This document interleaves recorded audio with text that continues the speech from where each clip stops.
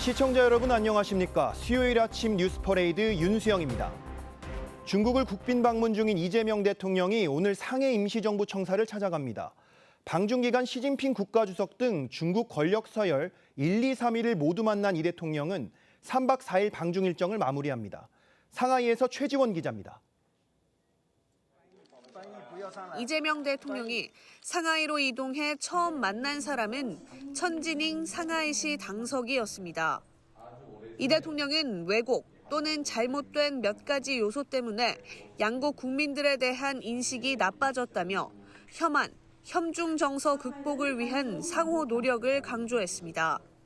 근거도 빈약하고 또 필요하지도 않은 그런 오해들을 최소화하고 한국과 중국 사이에 이런 우호적 감정들을 최대한 잘 살려내고 作为地方政府，我们愿意在两国元首的战略指引下，为推动中韩的合作做出更大的贡献。所以今天呢，也希望借这个机会听听总统先生的。 한중 정상회담 후일담도 공개됐습니다. 이 대통령에게 마오타이주를 권한 시 주석이 건강 때문에 술을 줄였다고 하자 이 대통령은 술도, 행복도, 슬픔도 다 총량이 있다고 받아쳤습니다. 또 판다 한 쌍을 광주 우치동물원에 대여해달라고 제안했습니다. 시 주석은 바둑이나 축구 교류는 문제가 없다며 석자 얼음이 한 번에 녹지 않는다는 말로 친근감을 표시했습니다. 이 대통령 요청으로 즉석에서 찍게 된 시 주석과의 샤오미폰 셀카 촬영은 이 대통령이 직접 낸 아이디어였다고 청와대는 밝혔습니다. 이 대통령은 방중에 앞서 지난 경주 에이펙 당시 시 주석에게 선물 받은 샤오미 휴대전화를 개통해달라 참모들에게 지시했습니다. 회담 이후 중국 측 공식 발표문에 서해 구조물 협의 등이 빠진 데 대해 청와대는 시 주석이 서해 구조물에 대해 잘 인지하지 못하고 있었던 것 같다고 했습니다. 3박 4일 방중 일정을 마무리하는 이 대통령은 마지막 일정으로 상해 임시정부 청사를 찾아 한국의 항일 역사를 또다시 강조할 걸로 보입니다. 상하이에서 TV조선 최지원입니다. 국회 법사위가 오늘 2차 종합특검법과 통일교 특검법을 심사합니다. 더불어민주당은 두 특검법을 내일 본회의에서 처리한다는 계획인데 국민의힘은 정치 공세람에 반발해 여야 간 충돌이 예상됩니다. 변정현 기자입니다. 더불어민주당 문진석 원내대표 직무대행은 통일교 신천지 특검과 2차 종합특검을 조속히 처리하겠다고 예고했습니다. 내라는 완전한 종식을 위한 2차 종합특검도 서두르겠습니다. 특검을 조속히 처리하고 민생에 집중하겠습니다. 민주당은 오늘 법사위에서 두 특검법을 논의한 뒤 내일 본회의에서 처리한다는 방침입니다. 당초 민주당은 이재명 대통령 방중 기간을 고려해 오늘까지 법사위를 열지 않기로 했지만 입장을 번복한 겁니다. 국민의힘은 2차 종합특검이 정치 공세라고 반발하며 내일 본회의 개최에도 반대하고 있습니다. 이 시점에 2차 특검을 위해서 1월 8일 날 다시 본회의를 단독으로 강행하겠다고 한다면 국민적인 저항을 면치 못할 것이다. 통일교 특검을 두고도 민주당은 수사 대상에 신천지 의혹까지 포함하자고 주장하고 있고 국민의힘은 이재명 대통령의 대순진리회 유착 의혹도 포함시키자며 맞서고 있어 양측이 합의를 이루지 못하는 상황입니다. 국민의힘은 민주당이 2차 종합특검 일방 처리를 시도할 경우 또다시 무제한 토론 맞대응을 고려하고 있습니다. 당장 오늘 법사위부터 여야 간 충돌이 예상돼 연초부터 정치권 강경 대치가 시작될 가능성이 있습니다. TV조선 변정현입니다. 국민의힘 장동혁 대표가 이르면 오늘 당 쇄신안을 발표합니다. 지방선거를 5달 앞둔 상황에서 윤석열 전 대통령과의 절연이나 비상계엄 사과 메시지 등이 담길지 관심이 쏠립니다. 류태영 기자가 보도합니다. 비상계엄 1주년을 맞아 사과를 언급하는 대신 민주당 책임론을 꺼냈던 장동혁 국민의힘 대표. 독재와 폭압을 멈추지 않는다면 더 이상 국민들께서 용서치 않을 것입니다. 장 대표가 이르면 오늘 당 쇄신안을 공개합니다. 지난해 8월 임기를 시작한 장 대표 체제 첫 쇄신안인데 장 대표는 계엄 사과와 윤석열 전 대통령과의 절연 등의 내용을 담을지 여부를 막판 고심 중인 것으로 전해졌습니다. 지방선거를 5달 앞두고 당 지지율이 부진한 가운데 당 안팎에서 장 대표를 향한 변화와 혁신 요구가 커지고 있습니다. 육선 중진 주우영 의원은 지방선거를 앞두고 쇄신할 수 있는 마지막 기회라며 당원과 국민에게 어필할 수 있는 쇄신안이 나와야 한다고 했습니다. 오세훈 서울시장과 안철수 의원도 만찬 회동을 갖고 쇄신 압박에 가세했습니다. 회동에 배석한 김병민 서울시 부시장은 국민의힘이 잘못된 과거와 절연하고 민생 중심의 정당으로 나아가야 한다는 데 뜻을 함께했다고 밝혔습니다. 한동훈 전 대표의 당원 게시판 사건 징계를 결정할 윤리위 구성을 놓고도 계파 갈등이 커지는 가운데 당내 통합 메시지가 담길지도 주목됩니다. TV조선 류태영입니다. 공천 헌금 의혹을 수사 중인 경찰이 강선우 의원의 전 보좌관을 불러 조사했습니다. 16시간 넘는 조사에서 김경 서울시 의원이 전달했다는 1억 원 보관 경위 등을 캐물었는데 해당 보좌관은 돈을 받은 적이 없다고 부인한 걸로 알려졌습니다. 송무빈 기자입니다. 마스크로 얼굴을 가린 채 경찰서를 나오는 강선우 의원의 전 보좌관 A씨. 피의자 신분으로 조사받으셨는데 어떤 점 위주로 소명하셨는지 말씀 좀 부탁드립니다. 혐의 인정하셨습니까? 2022년 4월 지방선거를 앞두고 김경 서울시 의원 측으로부터 1억 원을 받아 보관한 의혹과 관련해 16시간 동안 경찰 조사를 받았습니다. 강 의원은 김병기 민주당 의원과 대화에서 A씨가 공천 헌금을 받아 보관했다고 주장한 상황. 그 돈을 갖다가 받은 걸 사무국장이 그러니까 보관하고 있었다는 거 아닙니까? 님이 정말 그냥 아무 생각이 없었던 거죠. 정말로. 경찰은 A씨를 상대로 돈 보관 경위와 강 의원이 돈을 반환하도록 지시했는지 등을 추궁했습니다. 하지만 A씨는 돈을 받은 적도 보관한 적도 없다는 취지로 혐의를 부인한 걸로 알려졌습니다. 앞서 강 의원은 A씨에게 돈을 받았다는 보고를 받아 당시 민주당 공천관리위 간사였던 김 의원에게 보고했다며 반환을 지시했고 확인했다고 주장했습니다. 보고를 받은 김 의원 역시 강 의원의 공천 헌금 수수를 묵인한 의혹으로 수사 대상에 올랐는데 A씨는 2016년에는 김 의원 지역 사무국장으로 근무한 이력이 있는 걸로 파악됐습니다. 경찰은 조만간 이번 의혹에 대한 강제 수사에 나설 전망입니다. TV조선 송무빈입니다.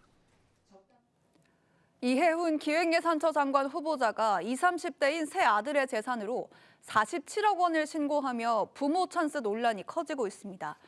취업 전에 30억 상당의 주식을 증여받고 매년 수천만 원의 배당금으로 재산을 증식하고 있는 아들들에게 야당은 세금을 어떻게 냈냐고 의혹을 제기했습니다. 정민진 기자입니다. 경기도 김포에 반도체 장비 업체와 관계사가 모여 있습니다. 이해훈 후보자 남편의 숙부가 운영하는 회사들인데 이 후보자 가족도 99억 원어치 비상장 주식을 갖고 있습니다. 해당 기업들 감사보고서를 분석했더니 2024년 한 해에만 이 후보자 가족 5명은 3억 7,400만 원을 받은 것으로 추정됩니다. 이 후보자의 세 아들은 2016년과 2021년 두 차례에 걸쳐 할머니로부터 주식을 증여받으면서 매년 수천만 원 상당의 배당금을 받을 수 있게 됐습니다. 이 후보자 측은 아들들이 학생 시절이던 2016년 첫 주식 증여 때 세금 납부 자료를 제출하지 않은 채 내야 될 세금은 완납됐다고 주장했습니다. 세 아들 모두 직장도 다니기 전이었습니다. 그런데 무슨 돈으로 이렇게 많은 증여세를 냈습니까? 증여세 원천이 혹시 엄마 찬스였습니까? 국민의힘 주진 의원실이 입수해 공개한 3남의 대입 자기소개서 초안엔 해당 가족기업 견학과 함께 어머니가 경제학 전공, 정치인이란 내용도 포함됐습니다. 다만 최종 소개서에도 담겨 있었는지는 확인되지 않았습니다. 이 후보자는 각종 의혹에 대해 청문회에서 다 소상히 설명할 수 있는 사안이라고 했습니다. 이어 재정 전문가들과 간담회도 가졌는데 사퇴하지 않겠다는 뜻을 내비친 걸로 해석됩니다. TV조선 정민진입니다.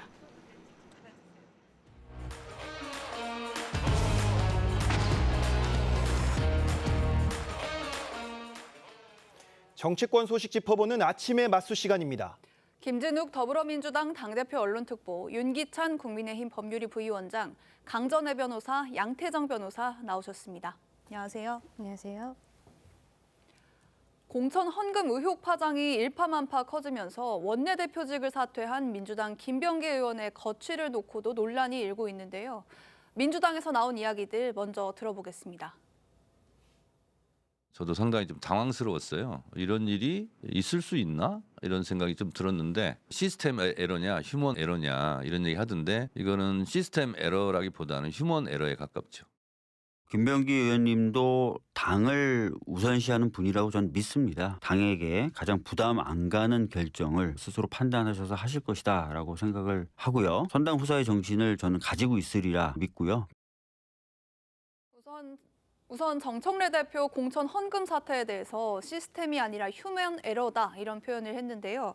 윤 위원장님, 특히 강선 의원은 탈당했다 이거를 언급한 게 눈에 좀 띄던데 혹시 정 대표가 김 의원에게 전달하고 싶은 메시지 어떤 거라고 보세요? 저는 물론 이제 뭐 탈당의 의미가 있겠지만 개인적으로 김병기 의원에게 전달하고 싶은 메시지가 아니고 누군가에게 전달하고 싶었던 메시지 같아요. 그런데 이게 나는 공천 시스템 본인들이 조사를 해봤다는 거잖아요. 네. 그러니까 그것도 비공개로 조사를 했다는 거죠. 그러니까 본인이 공개적으로 조사를 하게 되면 글쎄 뭔가 조사에 방해를 느낄 만했을까? 비공개 조사를 통해서 뭔가 자료를 수집했겠죠. 그 뒤에 전격적으로 윤리심판원에 회부를 했어요. 그렇다면 회부할 만한 사유가 나왔다는 거고 뭔가 공천 과정이나 아니면 그 탄원서 전달 과정 이런 것들을 어느 정도 사실관계 파악을 했다는 것 같아요. 그런데 그걸 발표하지 않고 그냥 규정을 합니다. 조사 여부에 대해서 항보하고 예컨대 누군가 들으라는 소리죠. 나는 다 알고 있는데 나는 이것을 문제 삼지 않겠다.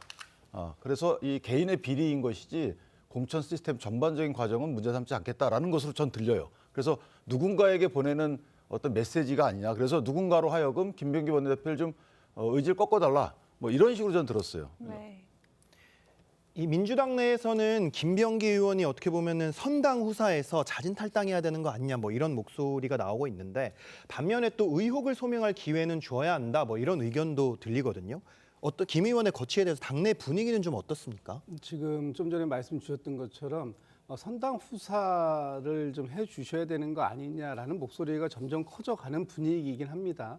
지금 김병기 전 원내대표에 대한 윤리심판원의 판단이 12일로 예정되어 있기 때문에 일단 그때까지 기다려서 윤리심판원에서 어떤 징계 조치가 나온다면 그에 따른 뭐 탈당, 출당 아니면 제명 이런 조치가 얼마든지 가능하니까 좀 기다려보자라는 목소리도 있을 수는 있긴 있는데 그런 목소리보다는 오히려 지금 계속해서 이 그 작년 연말부터 신년까지 이어지는 이 기간 동안 김병기 전 원내대표와 관련돼서 너무나 많은 그 의혹들이 제기되고 있고 그것이 결국은 당에 부담이 되는 그런 상황이기 때문에 김병기 전 원내대표가 선당 후사의 자세를 가지고 계시다면 지금 이 상황에서 본인을 제명시켜달라고 얘기하실 것이 아니라 일단 우선 탈당하고 본인의 그 소명을 적극적으로 하시는 방향이 맞는 거 아니냐 이런 목소리가 좀 힘을 좀 더 크게 얻어가는 것 같습니다. 네. 아까 말씀하신 것처럼 이제 윤리심판원 이제 결과가 12일에 나오잖아요. 그러면은 특보께서는 좀 어떤 결과를 예상을 하시는지? 일단 윤리감찰이 비공개로 정청래 대표가 지시를 해서 있었고 또 지금 현재 윤리심판원의 당 대표, 당 지도부가 징계를 신속하게 해달라는 것을 요청한 상황입니다. 그렇다는 뜻은 이것이 아무런 뭐 무혐의점을 가지고 윤리심판원까지 간 건 아니라는 뜻이고 뭐 어떠한 상황에서든 이 김병기 전 원내대표에 대한 책임을 묻지 않을 수 없는 상황이기 때문에 최소한 어느 정도의 징계는 필요한데 그 징계가 제가 볼 때는 출당 또는 제명에 이를 수 있는가 하는 부분을 지켜봐야 되겠습니다만 이것이 무슨 단순한 경고 정도로 끝날 차원은 아니지 않을까라고 조심스럽게 생각해 봅니다. 네, 이런 상황에서도 김병기 의원은 유튜브에 출연해서 법적으로 문제될 게 없다면서 탈당에는 선을 그었는데요. 강 변호사님 일단 법적으로 실제로 문제가 없을지 이것도 궁금을 하고 이 대응은 좀 어떻게 보셨어요?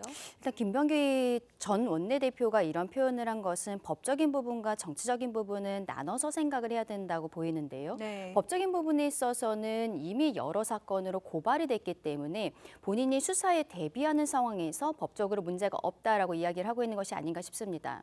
특히 나오고 있는 여러 가지 의혹 중에서 배우자가 동작구 의회의 업무 추진비 카드를 사용했다는 의혹은 어떻게 보면은 김병기 당시 의원과 그리고 보좌진이 증거인멸에까지 가담했다라는 부분들이 있는 것이죠. 이 사건만 보아도 어떻게 보면은 일반인으로서는 영장까지 칠 수 있는 사건이라고 보입니다. 결국 법적인 부분을 대비하고 있다라고 생각을 하는데 정무적인 부분에서 생각을 해보면은요. 지금 어쨌든 스스로 탈당하지 않겠다라고 하면서 버티고 있는 모습들을 보이고 있어요. 이것은 본인이 계속적으로 당 안에서 어떠한 위치가 있었고 특히 작년에 총선 과정에서는 총선의 후보들을 심사위원장까지 하는 부분들이 있었거든요.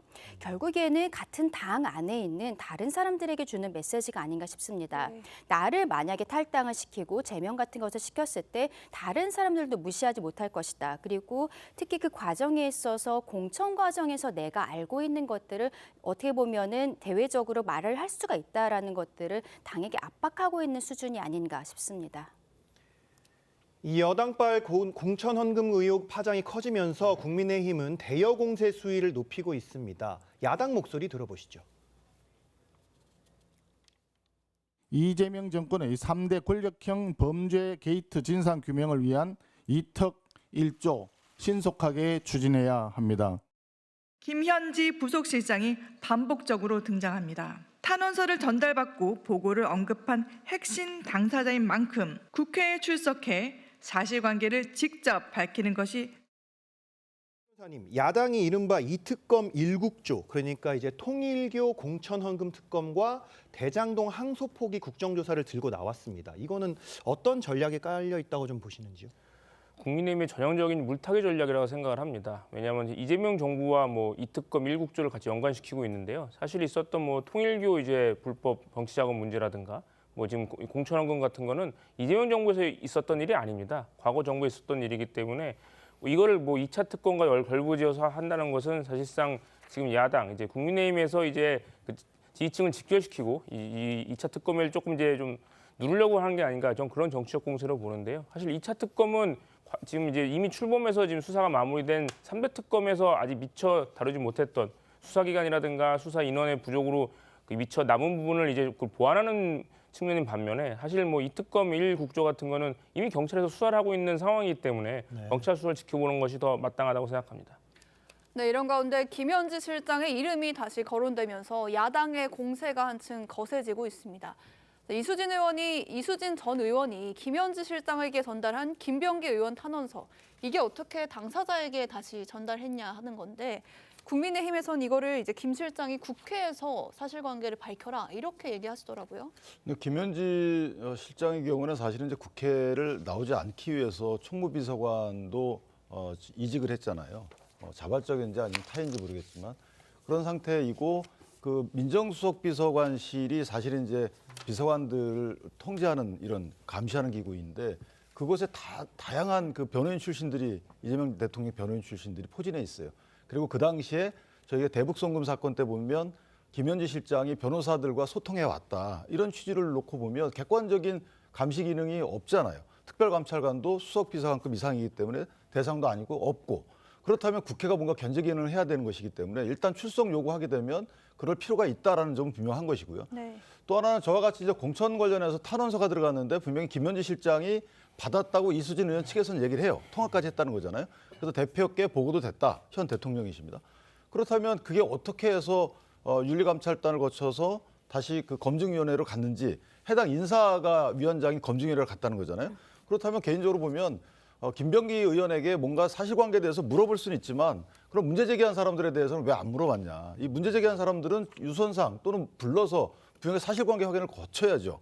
거쳐가지고 처리를 했어야 되는데 만약 그거 없이 당사자에게 줬다. 피혐의자에게 줬다. 그러면 이건 무마하겠다라는 의도가 표현된 거라고 볼 수밖에 없는 거죠. 그렇다면 이 부분은 김현지 실장의 인사청탁 의혹으로 김남국 비서관이 사임한 건도 마찬가지로 같이 물어야 되겠죠. 그렇다면 국회 나와서 청와대에서 자체적으로 감시를 못하기 때문에 그렇다면 그거는 국회에서 해야 되는 거죠. 네. 이 공천원금 의혹 관련 경찰 수사 상황도 한번 짚어보겠습니다. 강선우 의원의 전직 보좌관이 경찰에 출석을 해서 16시간 가까이 조사를 받았습니다. 강 의원은 1억 원을 보좌관이 보관했다 이렇게 얘기를 하지만 보좌관은 또 부인한 걸로 전해지는데 어떻게 좀 보고 계세요? 그래서 지금 이 핵심 연루자 3명의 목소리가 각각 다 다릅니다. 네. 강선우 의원은 받았고 그것을 반환을 즉시 반환해라라고 지시했고 반환을 확인했다 이렇게 지금 주장을 하고 있습니다. 그런데 그것을 보관했다고 하는 이 보좌관은 나는 받은 적도 보관한 적도 없다라고 경찰에서 얘기하고 있고요. 또 김경시 의원 같은 경우에는 난 준 적이 없다라고 지금 얘기를 하고 있지 않습니까? 네. 그렇다면 이 상황 그 사실관계가 정확하게 이제 앞으로 수사를 통해서 밝혀져야 되겠지만 누가 지금 거짓말을 하고 있는 것인가? 실제 이 주고받은 적도 없는 부분을 왜 그렇다면 이 강선우 의원은 받았다라는 것을 시인하고 그것을 김병기 의원하고 상의하는 그런 녹취가 나오게 됐는가? 그러네요. 이 부분에 대해서 상당히 좀 궁금증, 의혹이 계속 증폭될 수밖에 없는 상황이고요. 어제 아침 7시부터 시작된 조사가 밤 늦게까지 해서 대략 한 16시간 정도 조사가 있었다고 합니다. 네. 그 조사 과정 내용이 지금 아직 언론에 알려지진 않았습니다만 지금 나오고 있는 내용들을 보면 어쨌든 그 보좌관은 모든 사안을 지금 혐의를 부인하고 있는 그리고 어제 이제 신분이 피의자 신분으로 조사를 받았는데 그 모든 내용을 부인하고 있다라는 것 이것은 빨리 김경시 의원이 국내에 들어와서 본인이 정확하게 소명을 해야 할 일이 있고요. 경찰도 지금이라도 강제 수사를 좀 하고 이와 관련된 부분들이 국민들이 더 크게 의혹으로 확산되지 않도록 하는 그런 적극적인 수사 의지를 좀 보여주셔야 될 필요가 있지 않을까라는 생각해 봅니다. 네.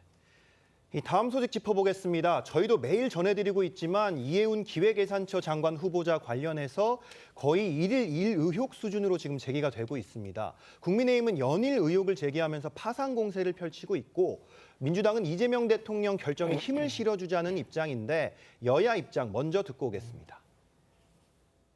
세 아들 모두 직장도 다니기 전이었습니다. 그런데 무슨 돈으로 이렇게 많은 증여세를 냈습니까? 증여세 원천이 혹시 엄마 찬스였습니까? 대통령의 결정이 잘된 결정이 되도록 옳은 결정이 되도록 우리는 도와줘야 된다. 파이팅 하시기 바랍니다. 이 후보자가 신고한 재산 175억 가운데 아들 3명의 재산만 47억 원에 달합니다. 이 할머니에게 증여받은 주식으로 배당금도 많이 받고 있어가지고 이 야당에서는 뭐 이른바 금수저 삼형제다 뭐 이렇게 비판을 하고 있는데 이게 어떤 부분이 좀 논란이 되는 거죠? 네, 아마 경제관념은 철저했던 것 같아요. 일단 2016년도하고 21년도에 주식을 할머니가 보유하고 있던 주식을 증여했다는 겁니다. 저희가 통상 할머니가 갖고 있던 재산은 자식에게 증여를 하지 손자에게 증여하는 경우는 드물어요. 근데 요즘엔 이제 이게 세대 간 증여라고 해서 세대 생략 증여. 그래서 약간 세금을 아끼려고 하는 거거든요. 그러니까 주식 같은 경우에는 시간이 지나면 가치가 올라가니까 그걸 미리 증여한 것 같은데 2016년도 당시에는 이 3명의 자녀가 벌이가 없었던 것 같습니다. 그러니까 경제 생활 능력이 없었기 때문에 그러면 그 주식을 증여받은 사람이 세금을 내야 되는데 그 세금을 냈다 그럽니다. 그럼 세금 어디서 났느냐에 대해서 대답을 않고 있는 거예요. 특히나 2016년도의 경우에는 과세 관련자를 안 내고 있는 것이고 그다음에 2016년, 2021년 이렇게 5년 단위로 증여를 받잖아요. 그러니까 이 손자의 경우에는 증여받을 때 합산 기간이 5년 단위이기 때문에 상당히 치밀하게 계획하고 물론 이거는 절세이기 때문에 제가 뭐 나무라는 건 아닙니다만 그만큼 만약에 증여세를 포탈했다 그러면 그거는 더 비난 가능성이 큰 거고 또 하나는 대부분 보니까 이 재산 내역을 제가 보니까 다른 그 장남 등에게는 또 할머니가 또 집 같은 것도 건네줘요. 이런 부분들을 보면 세대 생략 증여를 상당히 그 노심초사해서 한 것이 아닌가. 그렇다면 1원이라도 세금을 만약에 안 내셨다면 또는 그걸 건너 넘었다면 그만큼 비난 가능성이 크지 않나라는 생각을 합니다. 네, 이런 가운데 이 후보자의 장남이 박사과정 당시에 한 학회에 게재한 논문에 이 후보자의 배우자가 공저자로 참여한 사실이 드러나면서 아빠 찬스 의혹도 불거졌습니다. 자, 김특보님 이 후보자는 문제 없다고 해명은 했는데 야권에서는 이제 조국 전 장관 이름까지 얘기를 하면서 비판을 하던데 어떻게 보셨어요? 글쎄요, 저는 이 사안을 보면서 지금 이게 이제 어떤 상황이냐면 이해운 후보자의 아들이 미국의 대학에서 박사 과정을 재학하는 중에 국내에 있는 학회지에다가 논문을 이제 실었습니다. 네. 그런데 그 논문의 제1 저자가 아들이고 거기에 제2 저자, 교신 저자로 아버지가 등재되어 있다. 이것이 그래서 결국은 아버지의 찬스를 쓴 거 아니냐. 지금 이렇게 주장하시는 거예요. 그런데 일반적으로 지금 미국에서 박사 과정을 밟고 있고 또 학위 논문, 본인의 학위 논문을 발전시켜 가지고 이 국내의 학술지에다가 논문을 실었다고 한다면 미국의 이 어떤 박사가 교육 시스템을 너무 좀 무시하는 게 아닌가.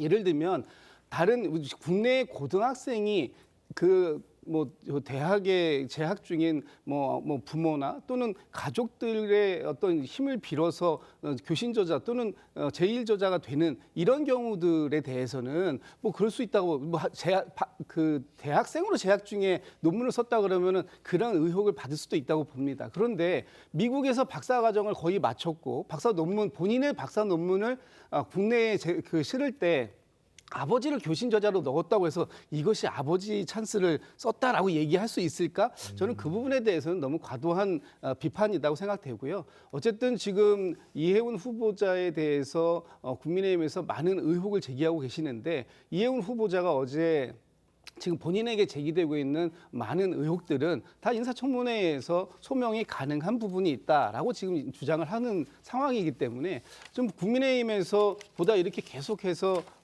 그 의혹을 제기하시는 것 할 수 있다고 보는데 일단은 빨리 이 인사청문 날짜를 잡고 네. 그에 따라서 인사청문 절차에서 이런 의혹들을 후보자에게 직접 검증하는 방식 저는 그렇게 더 합리적이지 않을까. 그래서 거기에서 만약에 국민의 눈높이를 맞추지 못한다면 그때 가서 비판을 더 가열차게 하셔도 늦지 않을 것이다 이렇게 보고 있습니다.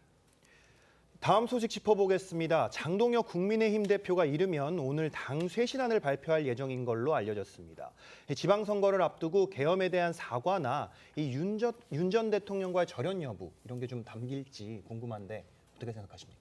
장동혁 대표가 오늘 내일 정도에 당 쇄신안을 발표를 한다고 하는데요.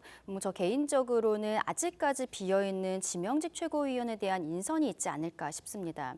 왜냐하면 올해 이제 지방선거가 있고 그 과정에 있어서 당이 어떠한 방향으로 나갈 것인지 여기에 대해서 말씀도 드리겠습니다만 이것을 실질적으로 국민들께서 체감하실 수 있는 것은 인사를 통해서 보여줄 수 있을 것이다라는 생각이 들거든요. 네. 특히 지금까지의 상황을 보면은 어떻게 보면은 김민수 최고위원이 국민소통위원장을 하고 그리고 장예찬 전 최고가 최근에 여의도 부원장으로 올라가면서 강성 지지층들에게만 소구하고 있는 인사를 보여주고 있는 것이 아니냐는 지적들이 있는 것입니다. 네. 그렇다면 결국에는 지방선거를 위해서는 조금 더 중도, 외연 확장적인 모습들이 필요하고 또 최근에 장동혁 대표가 24시간 필리버스터를 통해서 내부적으로는 어느 정도 결속이 마무리되었다라고 판단했을 가능성이 높다고 보거든요. 조금 더 지켜봐야겠습니다만 인선에 대해서 이 이야기들이 나오게 되지 않을까 싶습니다.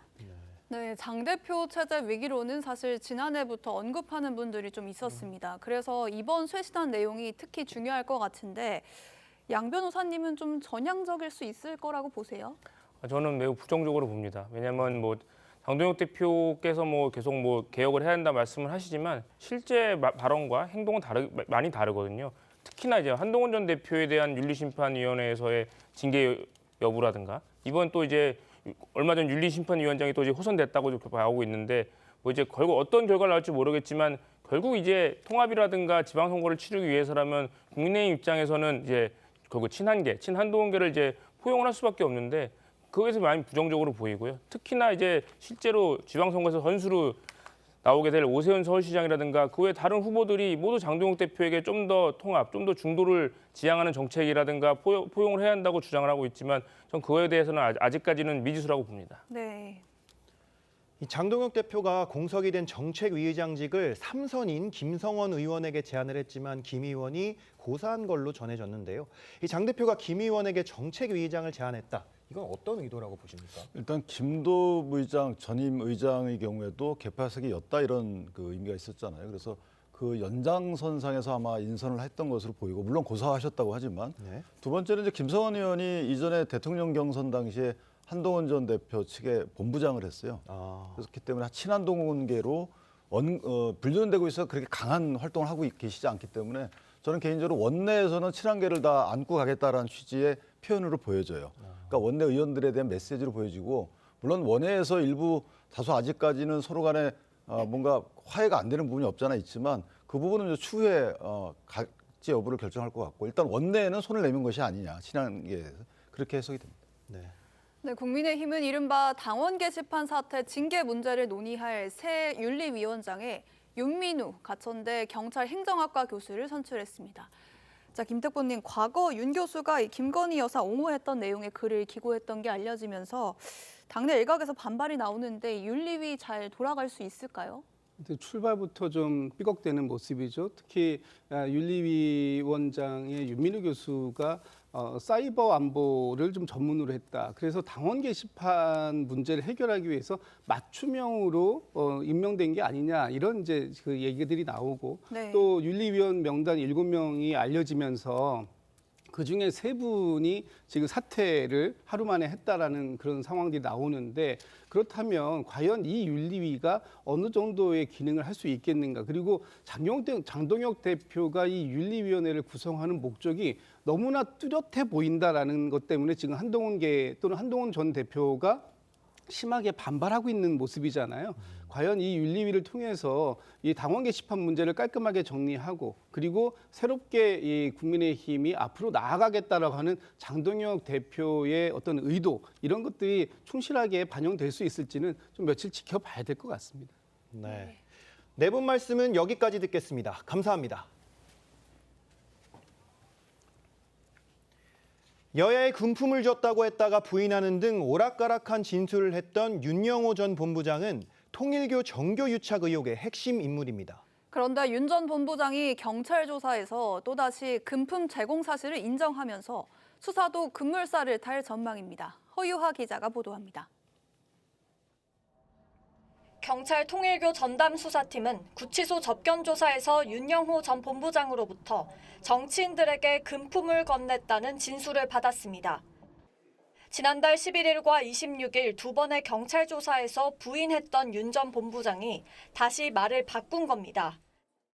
앞서 윤 전 본부장은 지난해 8월 김건희 특검 조사에서 전재수 전 장관 등 여야 정치인 3명에게 청탁과 함께 금품을 건넸다고 진술했습니다. 하지만 특검은 민주당 정치인들에 대해선 수사하지 않다가 넉 달 만에 경찰에 이첩했습니다. 민주당 전재수 의원은 해수부 장관직에서 물러났지만 금품 수수 혐의는 부인했습니다. 불법적인 그 어떠한 금품 수수 전혀 없었다. 단연코 없었다. 윤 전 본부장이 재판과 경찰 조사에서 금품 제공 사실을 부인하면서 경찰 수사도 난항을 겪었습니다. 혐의는 인정하셨나요? 윤 전 본부장이 다시 금품 지원을 인정하면서 경찰 수사에 탄력이 붙을 전망입니다. TV조선 허유아입니다.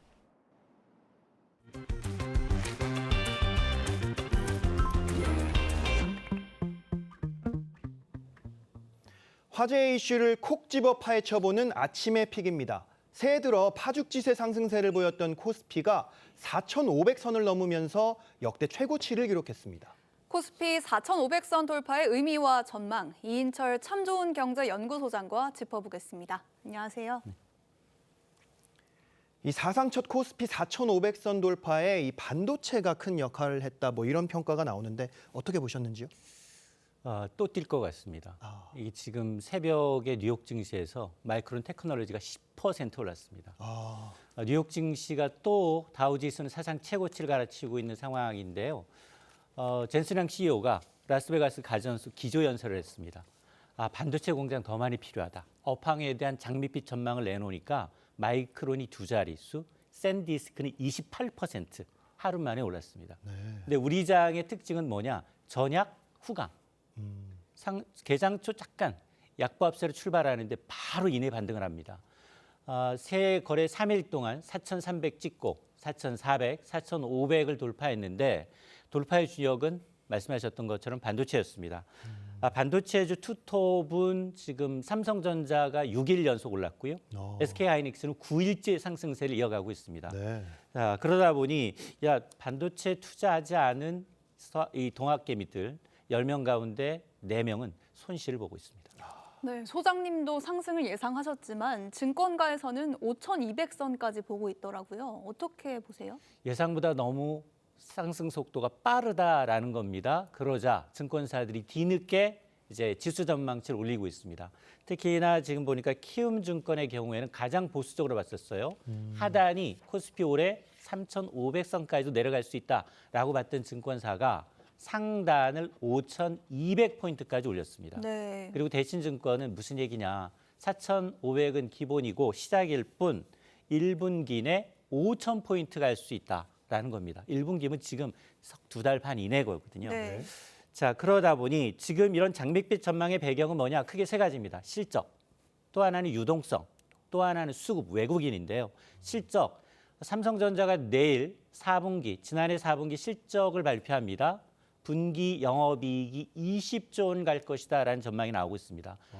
삼성전자 창사 이래 가장 많은 분기 영업이익을 낸 게 2018년 3분기. 네. 당시 17조 5천억 원인데 한 개 기업이 분기에 20조 원 시대를 열 수 있다라는 전망 때문에 지금 주가가 지난해 초만 해도 5만 3천 원. 네. 근데 어제 종가가 14만 원 장중 터치했습니다. 160% 이상 오른 상황이고요.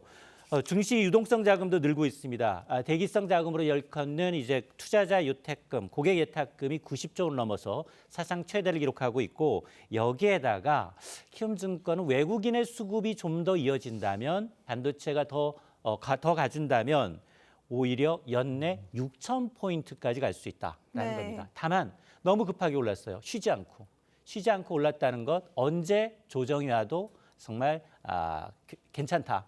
건전한 조정이다라는 분위기입니다. 네, 소장님께서 지금 말씀하신 걸 좀 들어보니까 좀 어떻게 보면 좀 조심스럽게 장밋빛을 전망을 좀 하고 있긴 한데 이게 어쨌든 지수 상승 폭의 대부분이 반도체 대형주거든요. 그러다 보니까 일각에서는 이게 좀 반쪽짜리 호황이 아니냐 뭐 이런 지적도 좀 나오는데 맞습니다. 반쪽짜리 호황, 풍요 속의 빈곤, 일리 있는 지적입니다. 최근 3거래일 동안 상승분의 70%는 반도체 두 종목에 쏠려 있고요. 한 달로 기간을 좀 길게 보면 88%, 코스피의 88%를 삼성전자와 SK하이닉스가 담당을 하고 있는 상황입니다. 네. 그랬더니 오히려 지수는 4,500인데 왜 네 종목만 떨어지지? 오히려 하락 종목이 상승 종목을 압도하고 있는 상황입니다. 그러다 보니 이게 만일 반도체가 흔들린다면 지금 엔비디아발 AI 버블이 시시때때로 미국 증시를 흔들리고 있는데 이런 이제 이 지수 전체가 반도체가 흔들리면 지수 전체가 흔들리기 때문에 코스피가 5,000선에 안착하기 위해서는 이런 대형주 반도체 종목만이 아니라 다른 업종으로의 온기가 좀 확산돼야 합니다. 네, 이런 구조 취약성이 있더라도 사실은 이렇게 1분기에도 올라갈 것 같다는 전망이 있으면은 지금이라도 투자를 시작해볼까 이런 분들도 많을 것 같은데 어떤 대비를 좀 하셔야 될까요? 정말 반도체나 이제 지난해 상반기에는 조방원이었거든요. 네. 조선주, 방산주, 원전주 네. 그리고 하반기에는 반도체주가 랠리를 주도했는데 반도체나 이제 원전 관련주는 2~3배 이상 올랐어요. 그러다 보니 올해는 지난해까지는 실적 기대감으로 올랐다면 올해는 이제는 그 실적을 확인하는 과정입니다. 그래서 일부는 포모, 이제 나만 없어. 나만 지금 반도체주에 올라타지 못했어. 이러다 보니까 굉장히 조금 지금 안 사면 늦는다라는 건데요. 이거 빚내서 투자하시는 분들이 상당히 많습니다. 네. 그러다 보니까 신용융자 금액도 26~7조 이상이 지금 사상 최대를 기록하고 있는데 이건 경계해야 합니다. 시간과의 싸움이거든요. 네. 계속해서 증시가 질주하는 건 좋지만 그럼에도 불구하고 리스크가 남아 있어요. 환율이라는 변수가 남아 있고요. 트럼프 리스크입니다. 네. 올해부터 미국의 200억 달러로 환전해 줘야 됩니다. 환율 지금 연초부터 사흘 연속 오름세입니다. 자, 이런 리스크가 있기 때문에 빚을 내서 시간을 이길 수는 없습니다. 다만 이제 지금 실적이 뒷받침되는 종목, 옥석가리기가 시작되기 때문에 실제로 앞으로 간다 하더라도 반도체를 보한 대형주기 때문에 이제 기대에 앞서서 주가만 많이 올랐다라는 종목은 아마 실적을 봐가면서 확인하는 과정이 필요합니다. 계속해서 물가 소식도 짚어보겠습니다. 계란부터 딸기, 편의점 자체 브랜드 상품까지 먹거리 전반에서 지금 가격 인상 소식이 지금 잇따르고 있습니다. 이거 어떻게 된 걸까요? 맞습니다. 계란과 과일 같은 신선식품, 그리고 이제 편의점의 PB 상품, 그리고 아마 새해 이제 이 5성급 호텔 뷔페 가셨던 분들은 깜짝 놀라실 겁니다. 1인분에 20만 원을 넘어섰어요. 네. 4인이 가면 한 80만 원 넘게 줘야 한다는 얘기인데요. 실제로 딸기 가격, 제철 가격이 지금 1년 전에 비해서 13%, 가장 이제 풍부하게 먹을 수 있는 귤 가격도 만만치가 않습니다. 평년에 비해서 20% 이상 오른 상황이고요. 네. 계란값은 한 달 만에 지금 7천 원을 돌파하고 있는데 지금 일부 지역에서는 8천 원에 지금 육박하고 있는 상황입니다. 계란값은 이제 고병원성 AI가 확산이 되면서 생산량 자체가 줄어서 지난해 하반기부터 좀처럼 한 판에 7천 원 아래로 내려오지 않고 있습니다. 여기다 편의점 PB 상품 최고 한 25% 오르고 있는데요.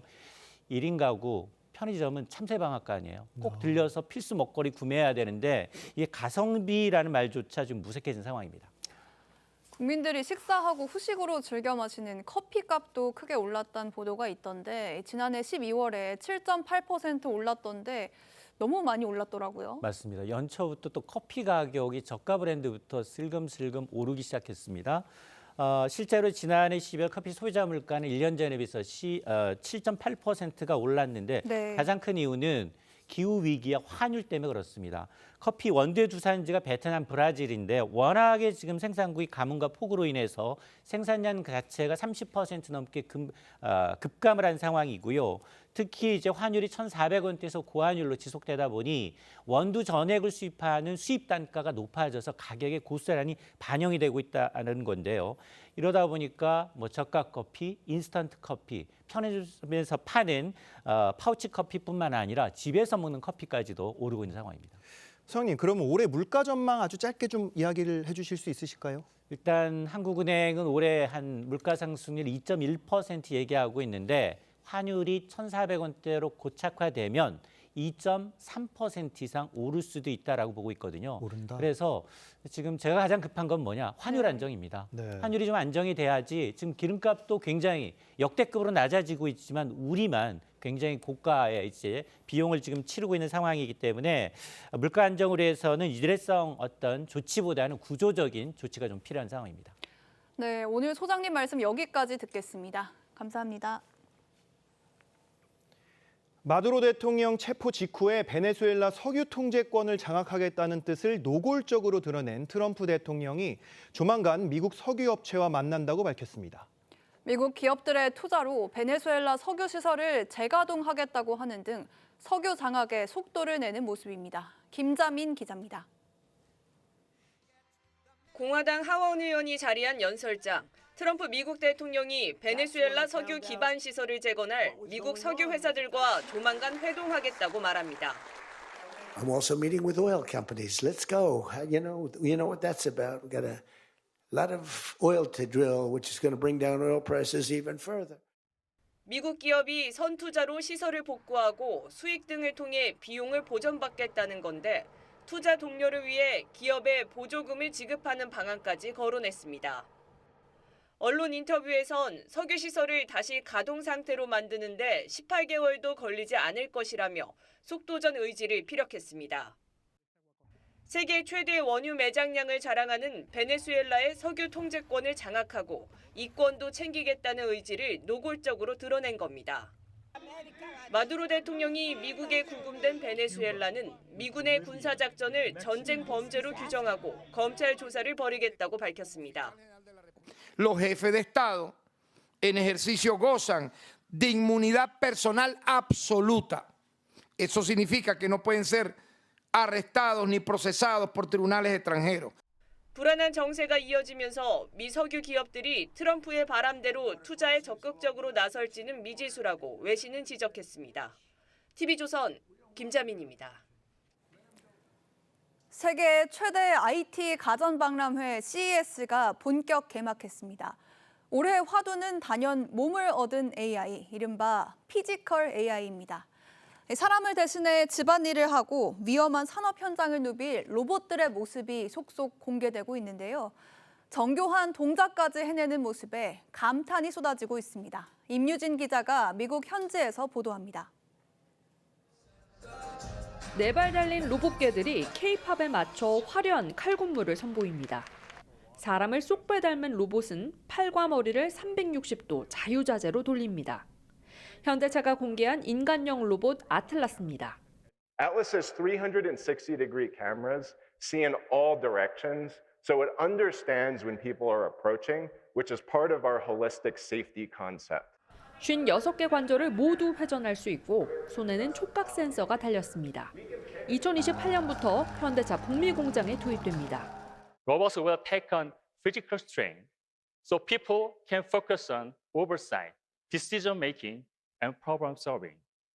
건설 현장에 투입될 로봇도 등장했습니다. 두산이 선보인 현장 AI 로봇은 추락 위험이 있는 위험한 현장을 스스로 인식해 최적의 방식으로 작업을 해나갑니다. Turn on the light. AI 두뇌 개발 싸움이 일단락되면서 이제는 몸싸움, 피지컬 AI의 치열한 경쟁을 예고하고 있습니다. CES 개막에 앞서 특별 연설을 한 엔비디아 젠슨 왕 CEO도 로봇 2대와 함께 무대에 올랐습니다. The next era for robotic systems is going to be, robots. And these robots are going to come in all kinds of different sizes. And I invited some friends. 중국 기업들도 돌려차기로 수박을 한 방에 격파하는 로봇을 공개하는 등 피지컬 AI 경쟁에 본격 가세했습니다. TV조선 임유진입니다.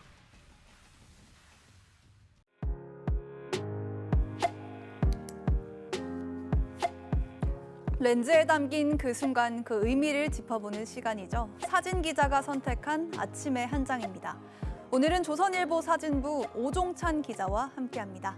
안녕하세요. 오늘 아침에 볼 사진 어떤 건가요? 네, 미국 아이스하키 경기장에 빙판 위에 인형들이 가득한 모습입니다. 미국 아이스하키 리그 허시베어스 경기장에는 매년 이맘때면 뜻깊은 이벤트가 펼쳐집니다. 올해도 마찬가지였는데요. 함께 보시죠.